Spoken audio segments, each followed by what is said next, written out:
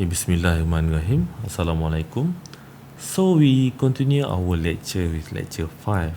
Okay, but still we are still in chapter 4 according to the textbook, because chapter 4 actually is quite long. And this course, CFD, actually the most important chapter is chapter 4, where the rest of the chapters are basically more into applications on specific cases that requires to use CFD. It's just like discussing how CFD can be used. So actually chapter 4 is, I would say, the most important chapter in this course, is CFD. So we are going to learn about the numerical solutions to algebraic equations. So actually this is the next step to be done after what we have done in the lecture 4, when we learn how to do the discretizations of the partial diffusions governing equations. And this is to solve the obtained linear or nonlinear algebraic equations by using these numerical methods. And the complexity and size of the equation set depends on the dimensionality and geometry of the physical problems. There are two families of numerical methods. Okay, one is the direct methods, where you can use to solve the resultant matrix form of a simple one-dimensional steady heat conduction process. So direct methods, usually you can just use direct method for a quite simple problems. Like for this case, for example, it only consists of 1D and a steady heat conduction process. Usually this is the one that we discussed, example where we did the discretizations in the previous lecture. But so when we have like more higher dimensionals or more complicated, for example unsteady flow, this direct method is not suitable to be used to solve the problems. Okay, and the next one is iterative methods, where it based on the repeated applications of an algorithms leading to the convergence after a number of repetitions. And generally it is more economical compared to direct methods, where direct methods you need to do everything analytically, where the iterative methods you can use this iterative iterations to solve. Instead of solving the algebra problems, you can use this iterative methods to get the answer. And generally I would say that it is more economical, especially when you have like you use computer to solve this. So firstly we go into the direct methods. So the most common methods for solving linear system of algebraic equation is the Gaussian eliminations. I guess you have already learned this in calculus. So like let us suppose to have an equation that can be written as a matrix A, and this phi is the properties, where it is the unknown nodal variables, like in the previous case where phi is the T1, T2, T3 and T4, and A is the coefficients and B is the one on the right. So it can be written in this form. So this is the A, looks like the coefficients of A, where it is usually diagonal. So usually the number of unknowns is equal to the number of equations. So the diagonal coefficients of matrix A are represented by the entries A11, A22, A33, A44 until ANN. It depends on the size of the matrix. So we start doing these diameters by eliminating the entries below the diagonal to yield a lower triangle 0. So our objective is to create a matrix or modify the A so that we can get U, which is the upper triangular matrix, where all the lower triangular elements here is equals to zeros. So yep, this means by eliminating the elements of A21, A31, A32, A41, A42, A43 and the rest until you reach this A and N minus 1. So how to do that is by, like, if you want to eliminate the second rows, first you need to multiply the first rows by A21 and divide by A11. So the whole rows here you need to divide by A21 A11 divide, so that this value will be equals to this value, and then you subtract the second row by the first row. So by doing that, you will eliminate this and you will modify the rest. And same goes to the next one. You solve like rows, column by column. So and for the third rows, you do the same things. A11 multiply with the A31 divide by A11, and then do the subtractions. This subtract with this, you will eliminate this, it will become zeros. So basically what you will get, you will get all of these columns equal to zeros, and then repeats the next with using A22.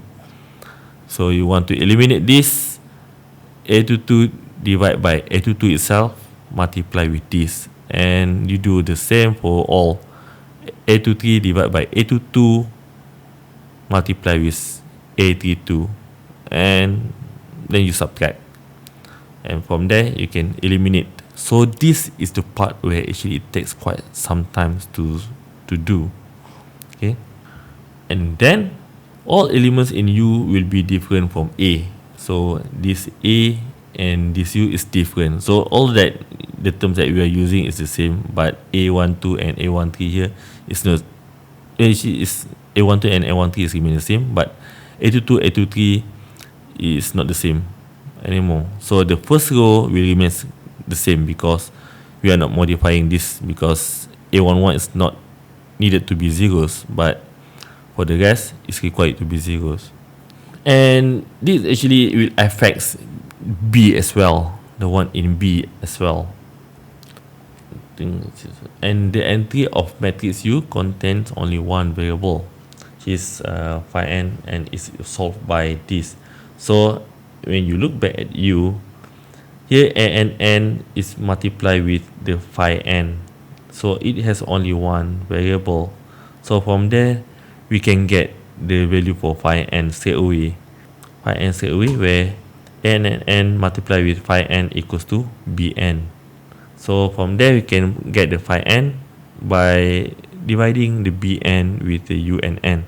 So you get the value for the last properties. Okay, so once phi n is known, it can solve the one that's before it, the phi n minus 1. So the general form of equation phi I can be expressed as this.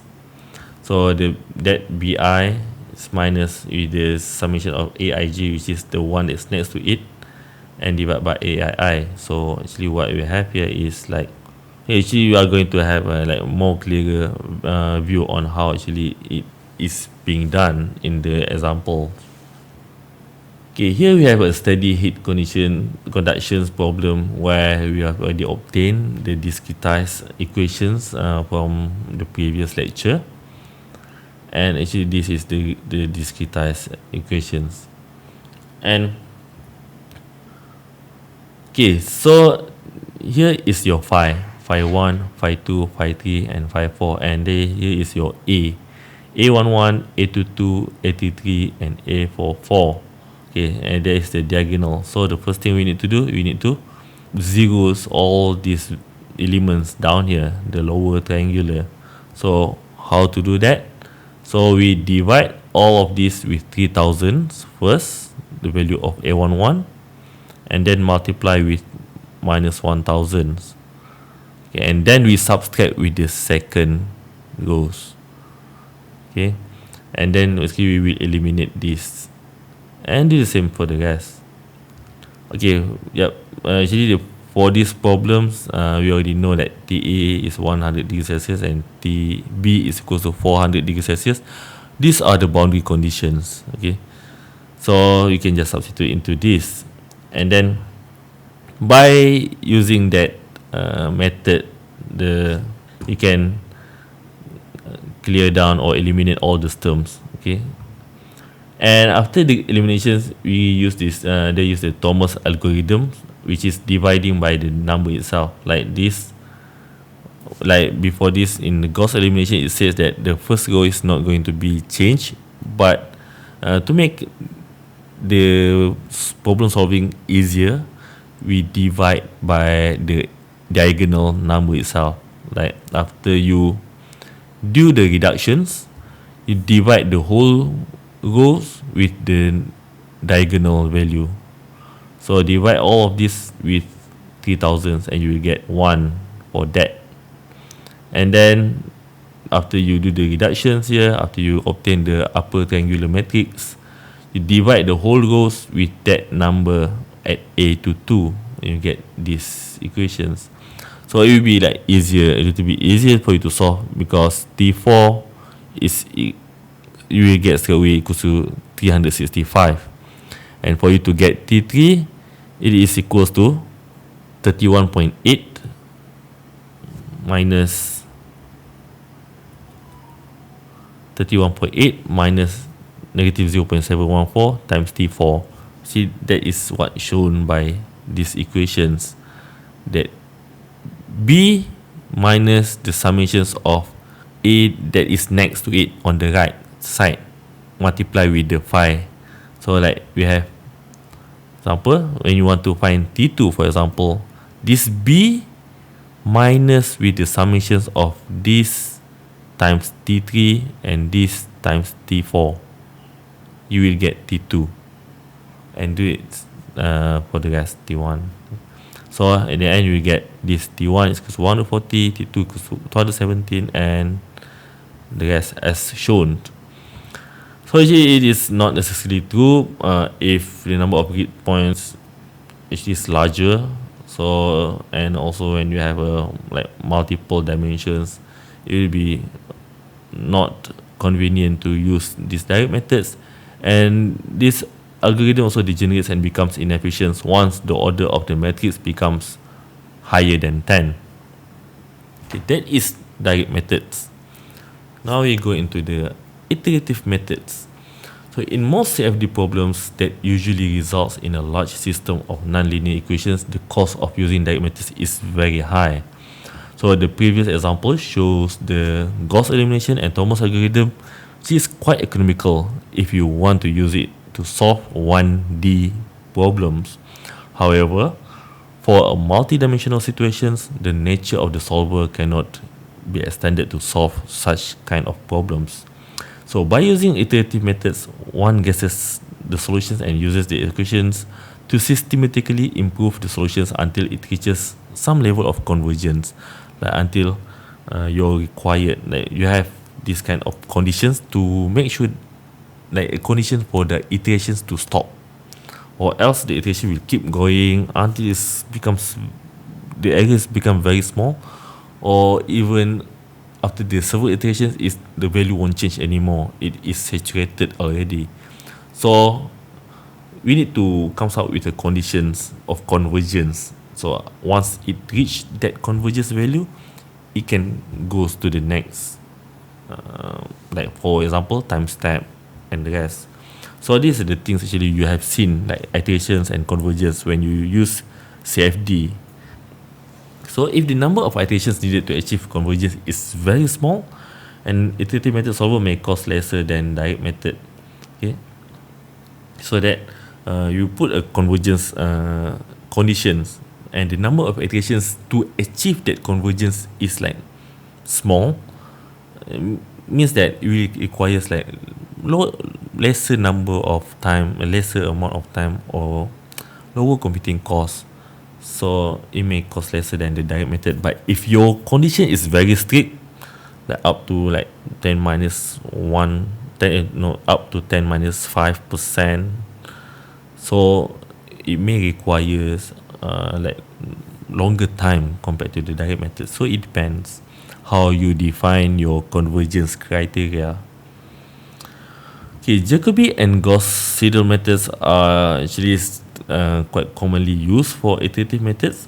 Okay, let us revisit the same problems where we have A and phi equals to B, where the general form of the algebraic equations for each unknown nodal variables of phi can be rewritten as this.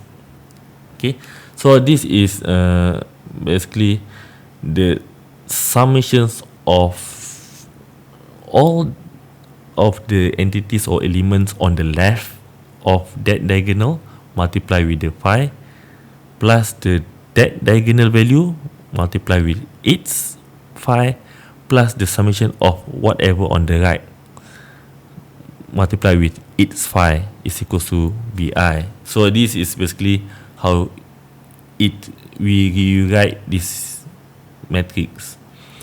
So the Jacobi methods requires phi j, which is the non-diagonal matrix elements. So this phi j and this phi j are assumed to be known at iteration step k, and the nodal variables phi I are treated as unknowns at iteration step k plus 1.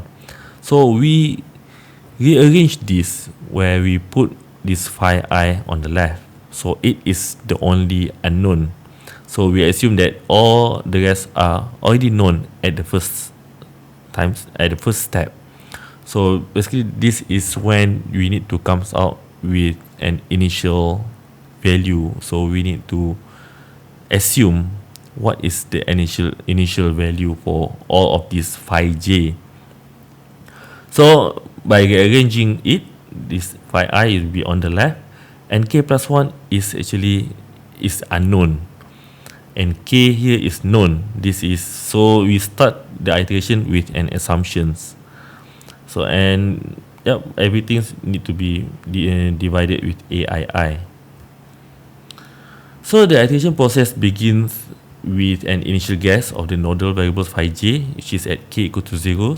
So after solving the phi I until I equals to n, which is until you reach the last value of phi I, the first iteration k equals to 1 is completed, and then we can go into the next iterations. So when we want to go to the next iterations, the one that we obtain during the first iterations, we put it as a known value on the right. Okay, so it will basically keep updating the value of phi j as the iterations k increases.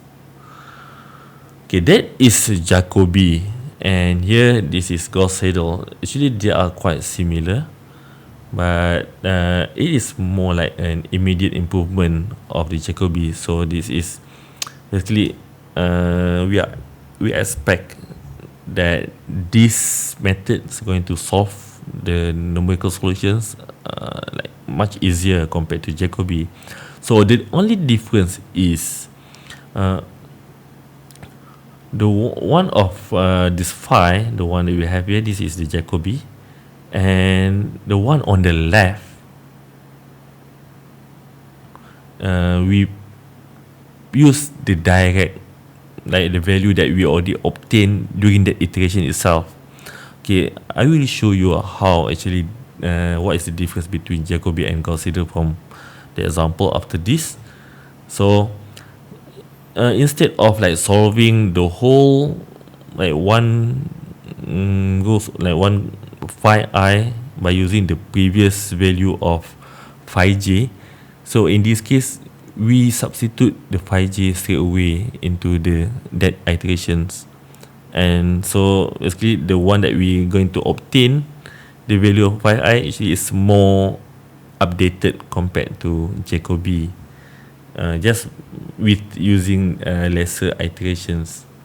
So this makes Gauss-Seidel iteration is typically twice as fast as the Jacobi iterations.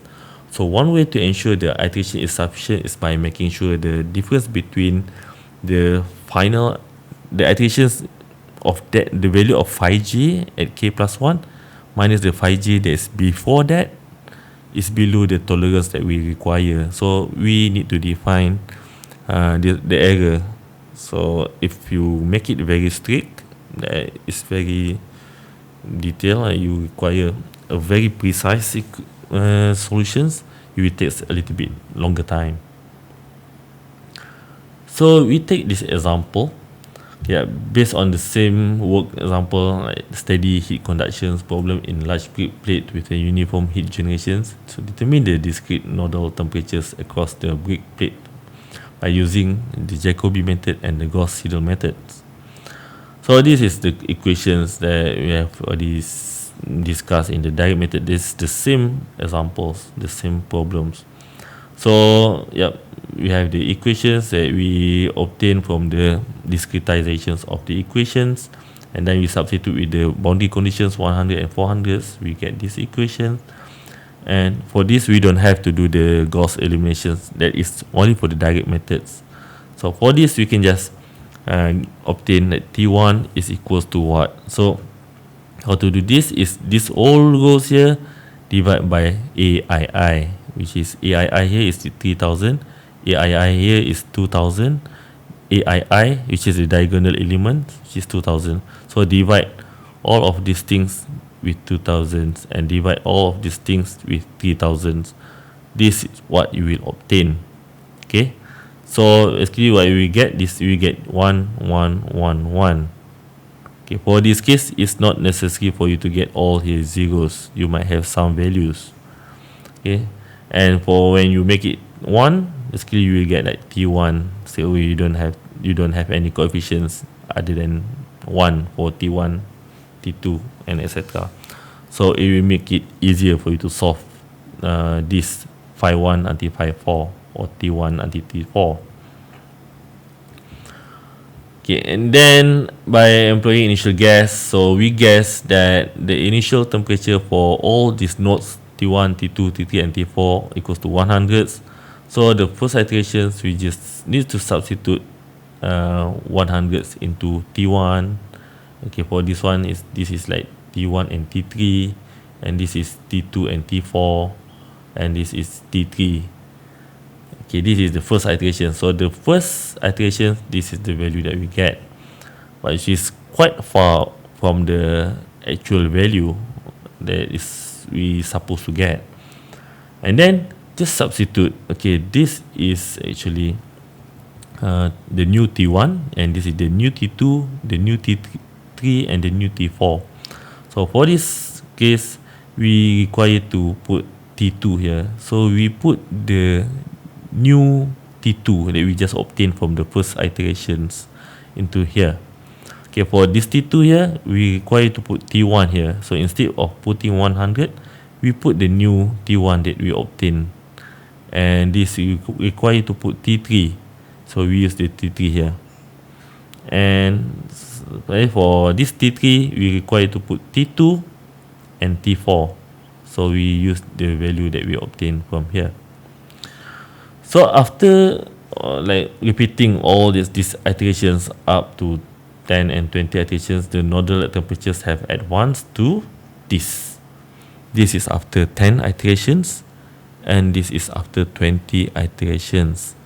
So it is observed that after 20 iterations it is quite close to the exact nodal temperature values, which is the direct methods. It's very close. So we stop at there. So it takes like 20 iterations for Jacobi methods.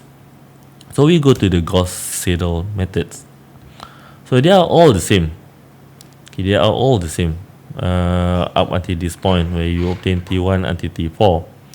But then when you want to when you want to do the iterations, it's slightly different. Okay, for T1 we use the same as for what we use in Jacobi, because we don't have the new value for T2, T3 and T4 yet.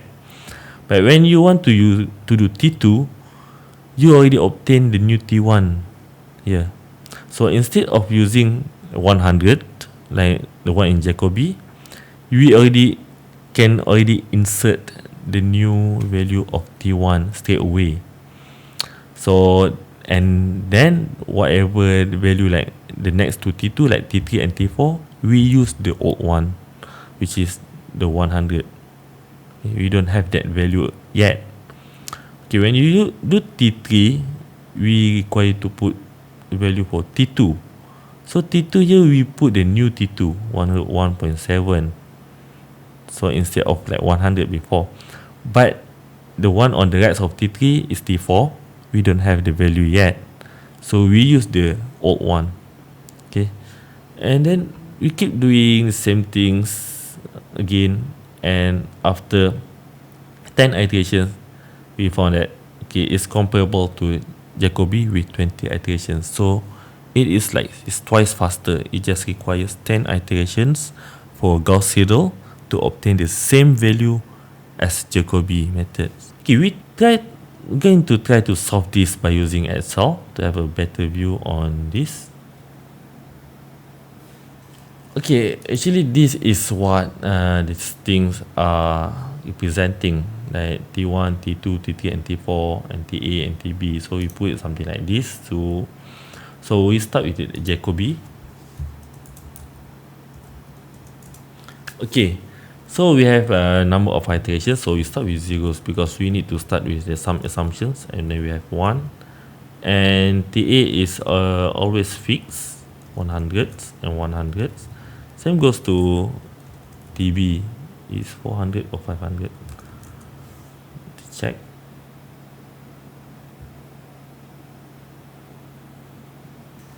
Okay, for the initial gas, you just put this all equals to 100.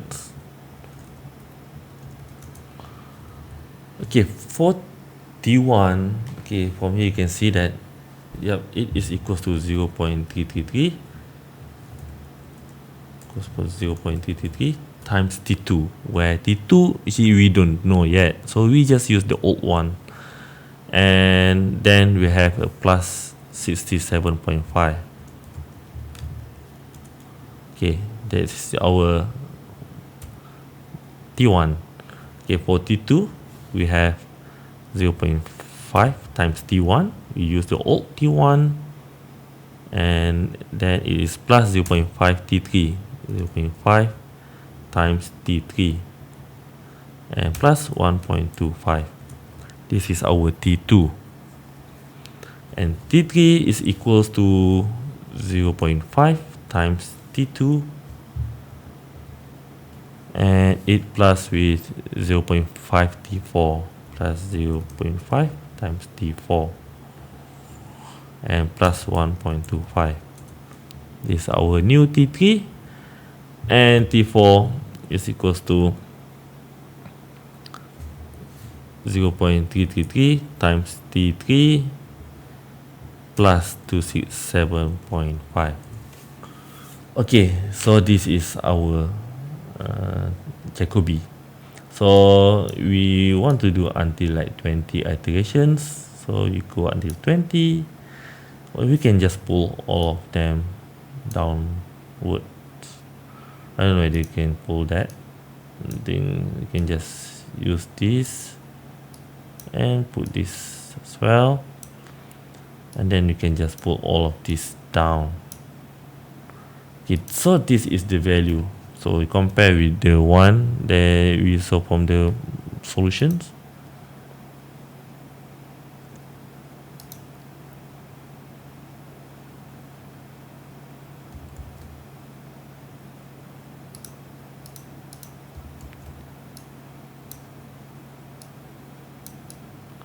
So this is the comparison between the one we use in Excel here. So this is when is equals to 10. So it's about similar. Like here we have 135, here we have 136. It is because they already round it to the like only one decimal places, but I still use it up to like I don't know how 8 decimal places. So maybe that's the reason why we have this quite a slight discrepancies between the results, but actually it's quite similar. 207.8, 207.9, 85.3, slightly different. 360, yeah, she's quite close. But if you go to the higher iterations, you can see that it's getting much closer. Like this 139.7, 217 or 216.9. 292 and 364.7, and this is the exact solutions. So maybe if you like go much further down, you can get like much better results. We can just try. So this is just if we use Excel to solve this.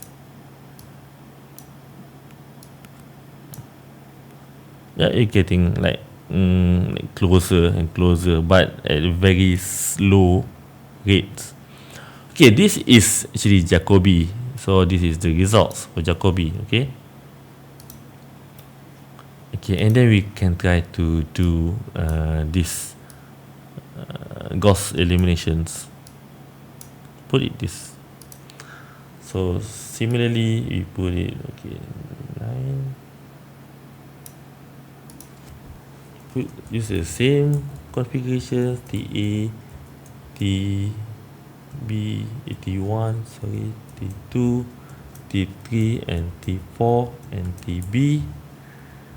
And then we have like 0, 1, 2, and then we have 100s and 100s, and we start with the initial value of 100, and then we have 400s here, and it's constant.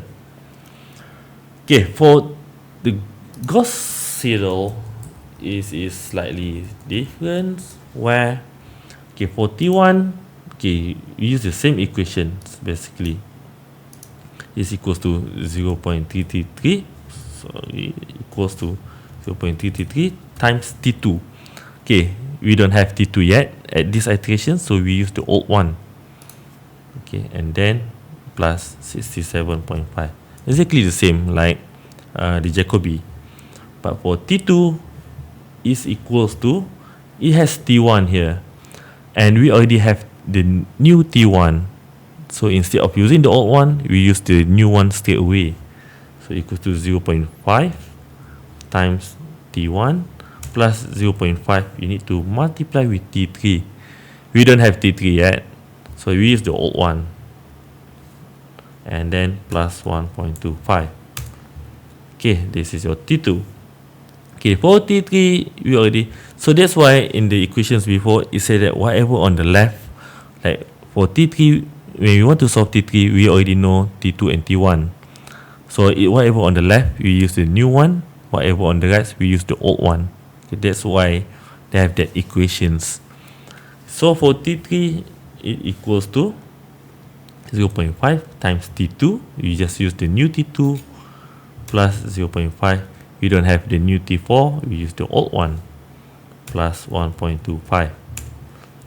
Okay, and for T4, it is equals to 0.333 times the new T3 plus 67.5. Okay, so this is the first iterations of Gauss seidel. So we pull them until 20. Perhaps we can just pull them until 20. Same goes to this, and same goes to this. And you can just pull this like this. Okay, as what it was claimed by the example, it says that at 10 is already good enough. So we check. Yep, actually, yes. So this is equals to 139. Actually, it's quite close to this. This is the T20 of the Jacobi, and the result is quite similar already. 216, 217, 291, 292. This is 5. This is 4.6. This is 4.7. Compared to the 10th iteration, the iteration number 10 is very far. So this is very close to the iterations of the 20th iterations for Jacobi. So yeah, actually is quite close to what actually is claimed, that you can solve like twice faster compared to Jacobi. Okay, I guess actually that's all for this part. Thank you.